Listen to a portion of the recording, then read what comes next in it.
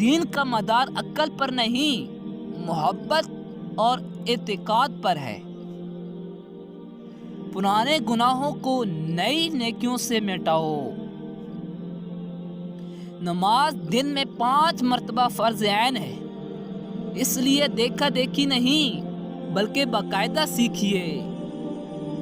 کامیابی کا فارمولہ نیک مقصد، اخلاص، شائستگی اور تسلسل ہے۔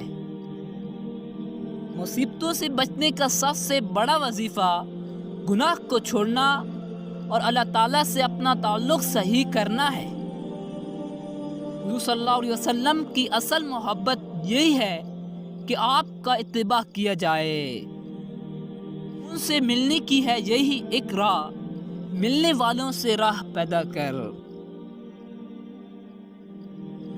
سب سے مؤثر واعظ یہ ہے کہ انسان قبرستان دیکھ کر اس سے عبرت حاصل کرے۔ لوگوں کے سامنے کسی کو نصیحت کرنا ایک طرح کی ملامت ہے۔ بیٹی سے حسن سلوک بہترین صدقہ ہے۔ جاننا چاہیے کہ مقصود حق تعالیٰ ہے اور پیر حق تعالیٰ کے جناب تک پہنچنے کا وسیلہ ہے۔ دنیا دار دنیا کے پیچھے اور دنیا اللہ والوں کے پیچھے دوڑ رہی ہے۔ صوفی وہ ہے جس کا دل اللہ تعالیٰ کے ساتھ صاف ہو، جس نے دنیا کی حقیقت کو جس قدر پہچانا اس قدر اس سے بے رغبت ہوا۔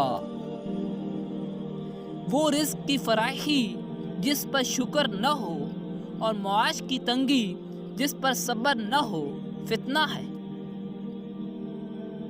ایمان خدائی نور ہے جو صرف اس کے فضل سے حاصل ہوتا ہے۔ جوانی کے دھوکہ میں نہ، کیونکہ بوڑھا ہونے سے پہلے کئی جوان گزر چکے ہیں۔ جو شخص اپنے نفس کا معلم نہیں، وہ دوسروں کا معلم کس طرح ہوگا؟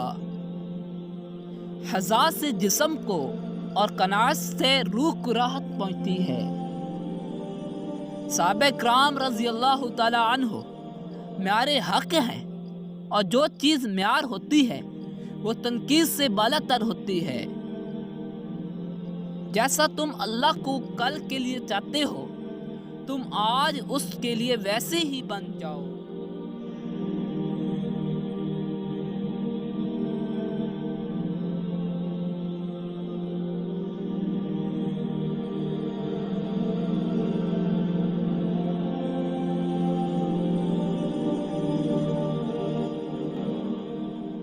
سب سے بڑی دولت زبان ذاکر، دل شاکر اور زن فرما بردار۔